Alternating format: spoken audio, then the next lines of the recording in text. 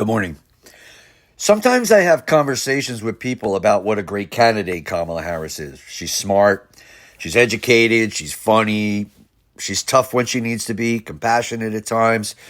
She's just a really good candidate. And I think with her leadership, we're going to move forward as a country, as a society. But I don't think that it's only dependent on her. We can't project onto her all of this. We have something to say about it as a society. And I think we need to make that statement clear to all of us that we have to support a forward progressive movement. I'm not speaking about that in the context of the progressive movement. I'm just speaking about progress, the ability to move forward socially, environmentally, economically, as a culture. We just need to move forward. And that's all I want to do.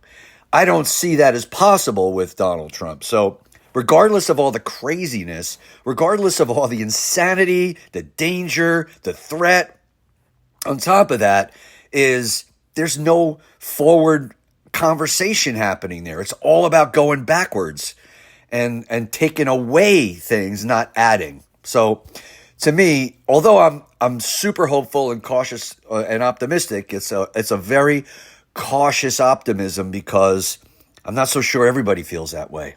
You know, the majority. Do we have the majority of people that want to move forward and progress as a culture and a society? I'm not so sure all the times. Other times I have conversations with people from the context of she's the lesser of the two evils. Because the other one, he's really, really evil. Like really evil. Like she's not perfect, right? And we should never put her or anyone on this pedestal and turn them or her into some kind of demagogue. We should learn our lesson, and we should never ever do that again. There is getting rid of Donald Trump right now and purging him and all of his sycophants out of Congress, out of our society, really. But that's only the beginning. In the future, I could see her being successful in her presidency. I could see it. I could see her becoming a cultural icon with influence over the future like Obama does, but we should never raise her or anyone else above the Constitution. Anyone, ever again. We should learn that lesson. They're just human beings, just like us. They're fallible, just like us. They do great things, just like us. They're worthy of love and attention and redemption, just like us. All of this pertains to most people, but not Donald Trump. Not him. Not as far as he's concerned. None of this pertains to him because he's not normal. These rules and norms don't apply to him. He won't honor any of them anyway. That's why he just needs to be purged from the society and the body politic. He needs to be completely removed. We can't fix or save that. It's not fixable or savable. You know, at this moment, he has to be defeated decisively at the ballot box. We need to force his extremist movement to start to tone down its rhetoric, start to move more into the center, or risk never winning another election again. We should all be working towards this end from today and every day forward. Otherwise, the other end doesn't work out so good for us. I mean, the majority us. Like the people who are in this, this constituency of people that want to progress and move forward. We're the majority. If we don't do this, we're going to steadily decline into a society of religious zealots and political, like a political apartheid, where the minority rules with cruelty and privilege. That's what we're heading towards if we don't purge this out of our society right now. And I know a lot of people think that's hyperbolic, but it's not. The only thing that is a container for freedoms is this piece of paper, right? that we either honor or we don't. And if people who are in power don't honor it, there really is no mechanism to stop that. Well, no, that's not true. There is the Supreme Court, right? There is the court system. But it all ends at the Supreme Court. No matter what they say all the way up to that, the Supreme Court gets the last word. And what are they going to say? You think they're going to not, see this future? They've already, have ruled on things that would tell you that they're going to move this, backward thinking forward, right?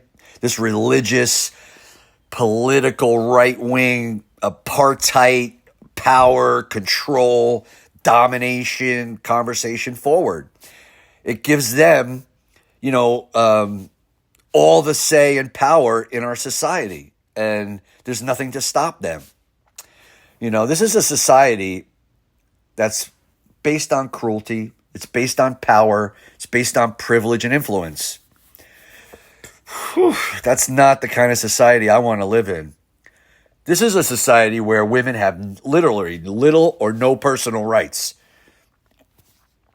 They've already taken body autonomy. They're coming for everything else. They don't want you voting. They don't want you having an influence over the future or direction of the country anymore, forever. They'll tolerate people of color in their movement as long as they know their place. And their place is below the rich white guys. Like, that's it. If you're a lesbian, gay, bi, trans, queer, it's really going to be I hate to say it, but a back in the closet moment for you. Out of fear, out of a reasonable fear of being targeted by hate. Especially if you speak out and take a stand for equality and justice, you will be targeted. If you speak out against anything they don't like, you will be targeted by the mob. The mob is really just like an online terrorist organization that Donald Trump, should he be elected, God forbid, he will command. He's got Twitter. He doesn't care about Truth Social at that point. He'll get his ass back like fully on Twitter. Maybe do both. I don't know. And command a mob. A stochastic terrorist mob. Anybody that speaks out against him. That's why when I've said this kind of trickle down thing, that's going to happen because anyone, whether they're a elected official or somebody like me who's making this video right now, if this lands on a social media account and they don't like it, they will target me just for saying this. Force me, to perhaps even shut down my account because I can't handle the stress of thousands and thousands of people just like hating on me and tearing me apart and destroying my business and my life. Like, that's what'll happen. And everyone will have to get in line. Judges will get in line. Elected officials will get in line. They won't have any power or say to stop it. This is what we're up against. In a moment, this dude will turn on anyone who defies him or disagrees with him, especially publicly. If you do anything to make him look bad or, do anything to, disrespect him in his mind, he'll punish you and he'll send that mob after you. That could look like, just online threats and harassment, like I explained. And, any one of your accounts, that you have, you might have to shut them down because they'll just destroy you. I've seen this happen to me in my business in the past. Not because of politics, for some other things. And it was extremely stressful every day, waking up to thousands of comments, thousands of attacks, thousands of things I had to deal with before I even got onto the business of doing business. And I had to shut some down. I know what it looks like. It's very, very dangerous. It could also start to look like physical intimidation. People showing up where you live, where you work. Who knows what else from there? I don't see any evidence that says this will be some kind of American fascism light. It seems like it has all the makings of a brutal and cruel regime, with no way other than rebellion and violence to be able to turn it around or turn it back. This is why I'm saying we all have to get behind Kamala Harris now, before the election, 26 days or whatever it is. We have to get her elected by an incredible margin. We have to be going into the day of election so far ahead in the early vote that they can't catch up. We have to get her elected by this margin. Every single day we got to be working towards it. We have to work daily, doing something to bring forth that reality. We have to do this now. That's why I'm imploring you. Get involved to the extent you can. I know, listen, I've dedicated my entire life right now to this. Like I've put my business on hold. I put even my family on hold. Like no fun, entertainment, none of that stuff right now is in my life right now. It's not important. What's important is making sure that Kamala Harris is elected the President of the United States on November 6th, right? So I'm imploring you. You may not be able to do that, right? I may have a certain set of circumstances that are unique. You, on the other hand, can do something more than what you're doing, and we need you to do that.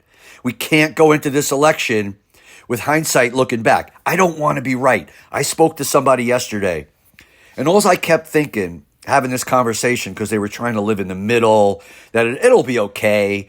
If he's elected, she's elected, it's not going to matter. Either way, we're going to be okay. I don't agree with that. I don't think we're going to be okay if Donald Trump is elected. And 2/3 of the entire fucking world agree with me. Right? It's only this 1/3 or so of people in this country necessarily who think that either we're going to be okay or we're going to be better with Donald Trump.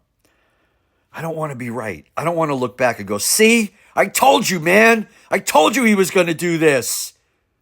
You didn't listen to me. I don't want to be that guy. I don't want to do that. I want to be in a position where I could go, man, see, we're all good. And then people go, see, I told you it was going to go okay. I'm going to be like, I know, you were right. You were right. Kamala Harris is elected and, the country's fine. Okay, great. I don't need to be right. Right? I don't want to have to look back and say, oh my God, I was right. Look at what he's doing. And I don't think you want that either. Get involved right now.